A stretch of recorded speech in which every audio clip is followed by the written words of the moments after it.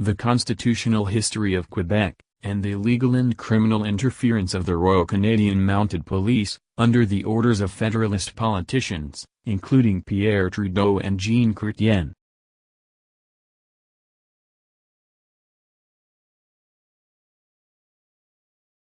The Canadian and British colonialists have tried to assimilate Canadian French and Quebecers for 259 years.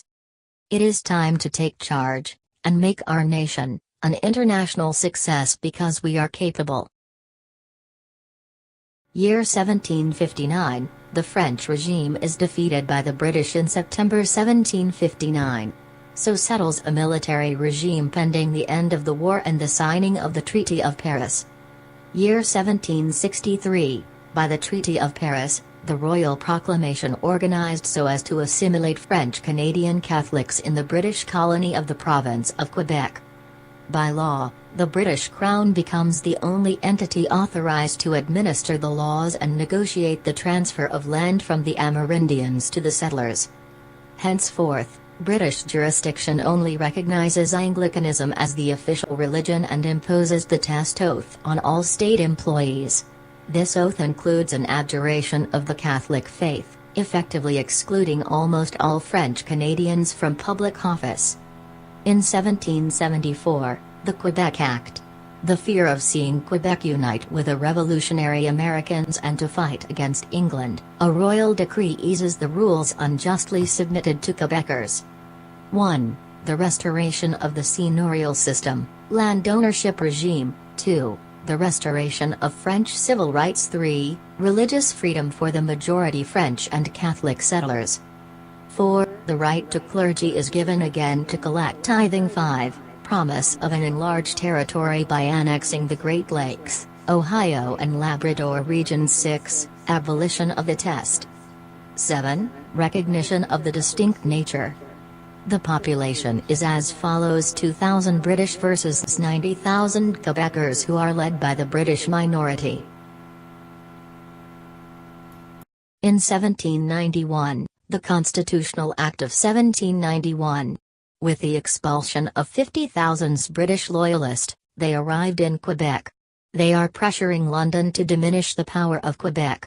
Complacent and biased, the British Crown divides Quebec into Upper Ontario and Lower Canada, Quebec. The two governments created our simulacra of democracies because all laws are ratified by lords, appointed for life by London. There followed quarrels of power until the Rebellion of 1837. 1830, the Low and High Canada claims more autonomy from London. The Patriot Party led by Louis-Joseph Papineau proposes a responsible government, and it is refused by the Crown of England in 1837. 1837, the rebellions of the Patriots. As a result, 108 men are brought to justice, 12 are hanged and 60 deportees in Australia. 1839, the Drum Report aims to avoid other rebellions, proposes 3 solutions. 1. The union of Upper Canada, Ontario, and Lower Canada, Quebec, into one country. 2. The assimilation of French Canadians. 3. Ministerial responsibility or responsible government. 1840, by the Act of Union of 1840, the High and Low Canada are unified. Although Lower Canada, Quebec, has more money, and more population, the number of seats is 50%. 50%. A clear disparity for Quebec stolen and flouted again. French is banned by legislation as the official language of government, and French-Canadian institutions related to education and civil law are suspended. The grumbling persists until 1867.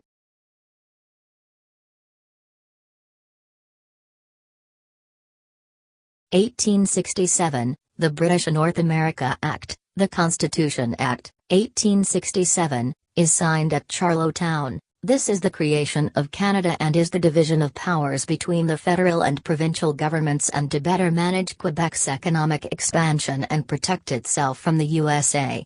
Canada must still have all laws, as well as all constitutional changes, ratified in London.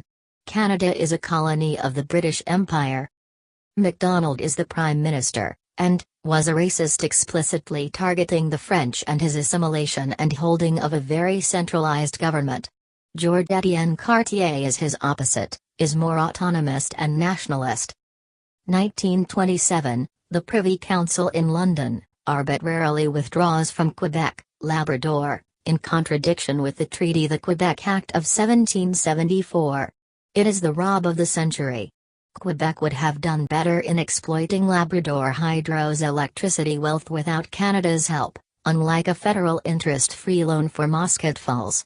Once again, a Quebec unfairly treated. 1931, the Statute of Westminster, is the Declaration of Independence of Canada. Canada becomes independent and can make its laws without recourse to England, except for the changes to its constitution.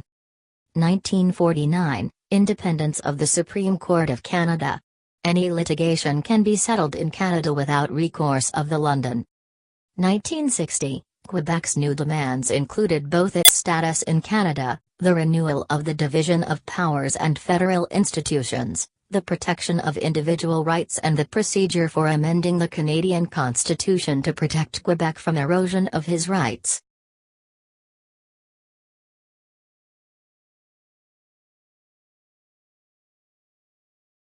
(1967) Report of the Royal Commission on Bilingualism and Biculturalism, the Laurent-de-Dunton Report. In the end, the Commission recommended that French and English be declared the official languages of Canada, both at the federal government level. For the provinces of Ontario and New Brunswick.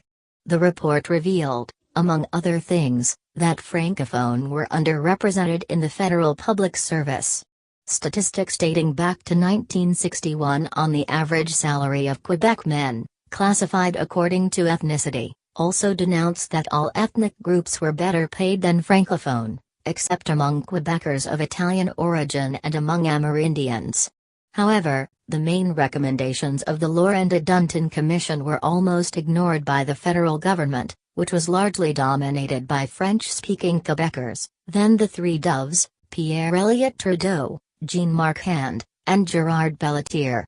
Completely obsessed with their anti-nationalist ideology, these federal francophone preferred to drop the notion of founding peoples to favor bilingualism and multiculturalism. Pierre Elliott Trudeau's government adopted in 1969 legislation on Official Languages Act, accompanied by a notion of services in the minority language in federal institutions. RCMP 1969, illegal action by the police. December 19. Pierre Trudeau, do not waste time. He orders the commissioner of the RCMP to follow the separatists as formerly the communists were. Trudeau is preparing mechanisms to crush independence in Quebec. Committees are in charge of studying the coordination of the army and the police and the impacts in the event of declaration of a measure of war. In preparation for their bad moves. Creation of the Section G at the RCMP specially created to spy on legal and illegal separatists.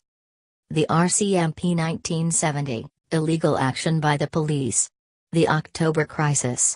Trudeau's law of war measures is aimed primarily at destroying separatist aspirations. RCMP and Montreal police own Carol DeVault infiltrates the FLQ cells. She recognizes that there is only a handful of extremists. She organizes an armed robbery on behalf of the FLQ. She helps identify James Cross's and Rose's hidings. The PQ membership plummet from 80,000 to 30,000 members. Canada will exploit this consequence of the FLQ's violence, by posing bombs and FLQ press releases themselves, to make believe that the FLQ was not dead and, as a result, to weaken the PQ illegally. Carol DeVault organizes the blow of the Brinks. The RCMP creates 6 virtual cells to implant the fear and decline in popularity of the PQ. RCMP officer Cobb made several fake FLQ releases planted from time to time here and there in Montreal.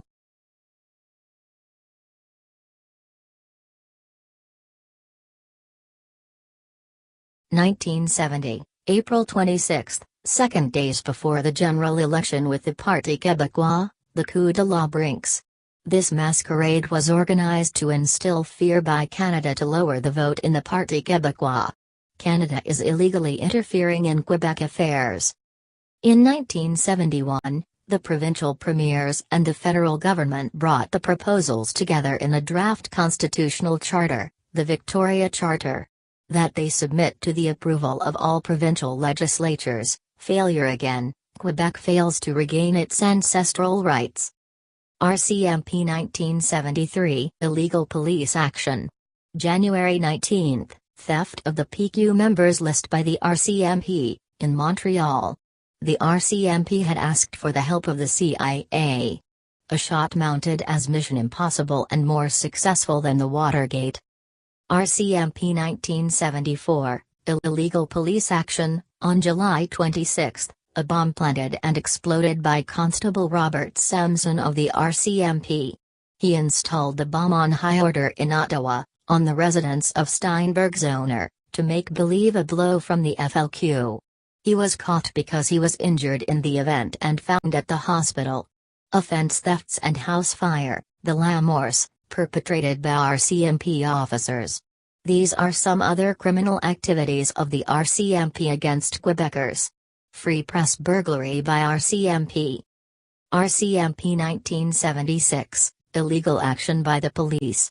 The PQ is in power. The dirty trick department of the RCMP make kidnappings and illegal interrogations, violence against the citizens of Quebec. All this to illegally crush the PQ. RCMP 1977, unlawful action by the police. June 16. The Keeble Commission is created by Quebec on the illegal and criminal acts of RCMP against Quebecers. The federal government, to hide from the facts, created the Macdonald Commission. RCMP 1978, illegal action by the police. Interruption of work of Quebec's Keeble Commission by the Supreme Court on the order of Trudeau father. Ottawa policemen and traders cover each other. Delivery of Macdonald Commission's sanitized report on RCMP. The report, drowned of the RCMP's abuse of Quebecers in a massive overhaul of the organization. Illustration of Canada's contempt for Quebecers.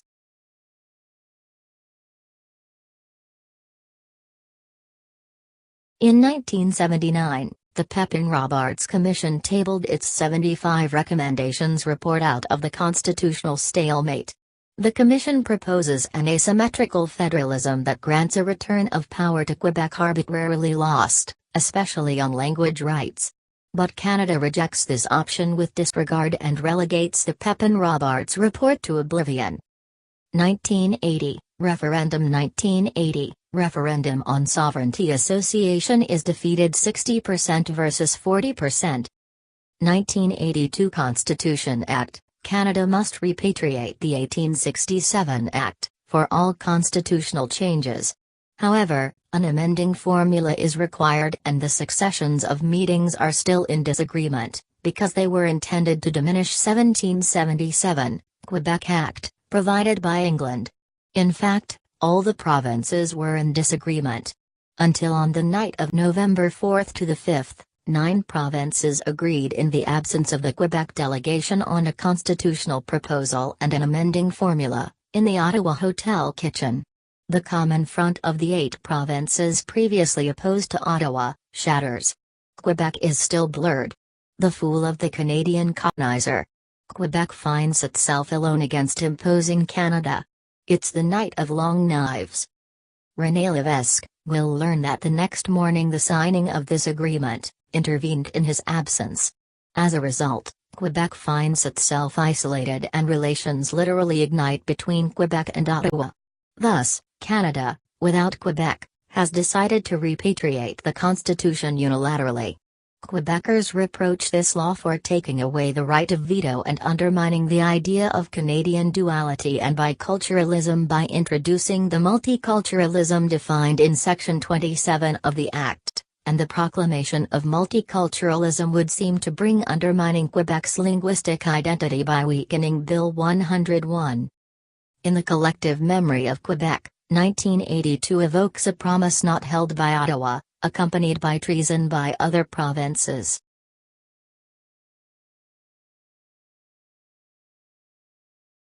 1987, to replace the 1982 Quebecois offense, Mulroney bravely leads to the Meech Lake Accord. Mulroney, the Prime Minister, invites Quebec to formulate his requests to join the Canada Bill of the Canadian colonizer. The requests are: explicit recognition of Quebec as a distinct society, guaranteed increased immigration powers, limitation of the federal spending power, recognition of a veto right, Quebec's participation in the appointment of judges of the Supreme Court of Canada. The same request as 1960. The provinces had 3 years to ratify the agreement. Some did not do it. Disappointment again. Quebecers are still at the starting point, without considering that he is the founding people. The Allaire report tables what should be the constitutional changes. 1990. On September 4, 1990, Quebec established the Bellinger-Campeau Commission on the Constitutional Future of the Province. The majority of speakers advocate secession. Constitutional Accord of Charlottetown by national referendum. Ottawa's offers to Quebec are falling, because of certain provinces do not consider Quebecers as a partner in the creation of this country, Canada. RCMP 1992, illegal action by the police. Claude Morin, a mole paid for by the RCMP, operating since 1974. He was the one who was responsible for the Quebec constitutional meetings and advisor to René Lévesque. Shame in Canada. 1995, Quebec referendum of October 30, 1995. Canada violated the Quebec referendum laws and illegally funded, among other things, the reunion of Love in Montreal. They stole our country and our referendum. 1998, August 20. The Supreme Court of Canada pronounces on the right of Quebec to unilaterally proclaim its independence. The highest court in the land rules that Quebec cannot unilaterally decide to separate under the Constitution and international law. However, the Supreme Court added that the federal government would have a constitutional obligation to negotiate with Quebec in the event of a clear majority in a referendum on sovereignty.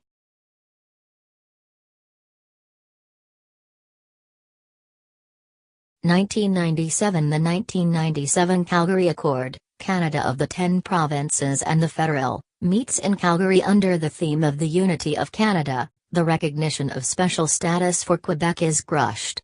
Canada has reneged on the love and flexibility of the rally in Montreal 2 years before the referendum.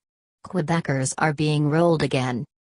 In 2005, Quebec challenged the constitutional validity of the federal spending power in areas of provincial jurisdiction.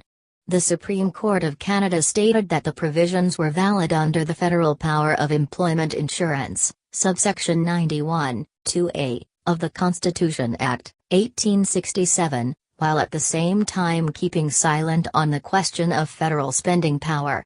Quebecers had already agreed on this point out of court. Once again, Quebecers are being rolled by Canada. These principles have been echoed at the administrative and judicial levels. For example, the recognized asymmetry in immigration has guided the signing of administrative agreements in other areas.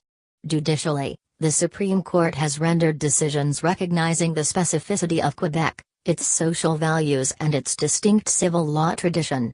This consideration of Quebec claims, however, remains below what Quebec had presented in 1987 as acceptable to allow it to adhere to the constitutional order. 2006, on November 27, the House of Commons, on the initiative of the government of Stephen Harper, adopted the following motion: that this House recognize that Quebecers form a nation within a united Canada. A hand thrown which unfortunately has no follow-up or consequence.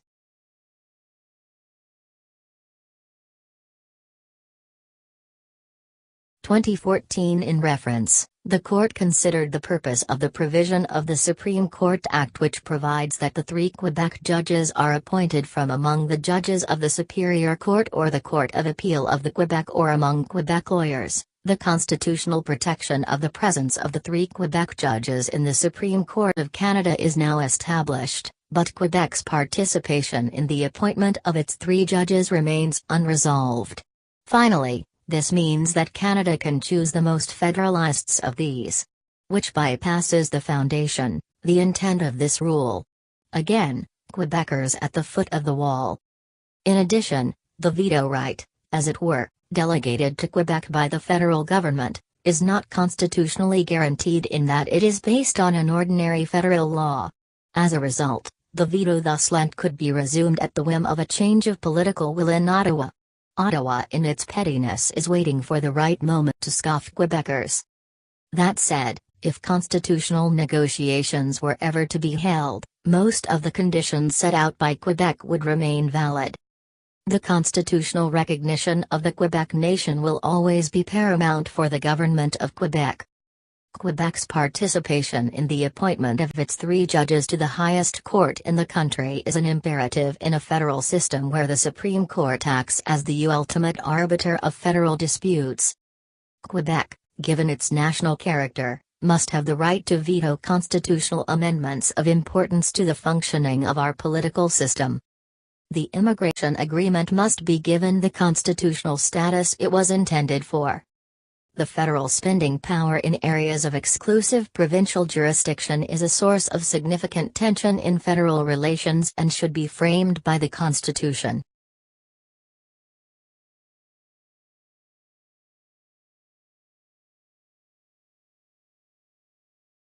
Since 1995, there has been little step toward Quebec's secession because of the predominance of federalist Liberal parties in power in the last 20 years.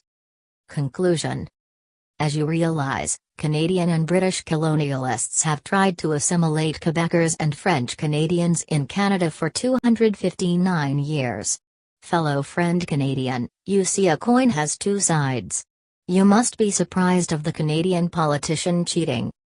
Canada has been disloyal, has used terrorism and crimes towards Quebecers. History is rarely written by the vanquished.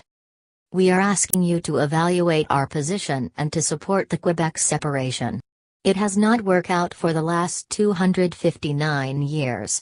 We will stay friend. Canada does not need Quebec for growth and prosperity.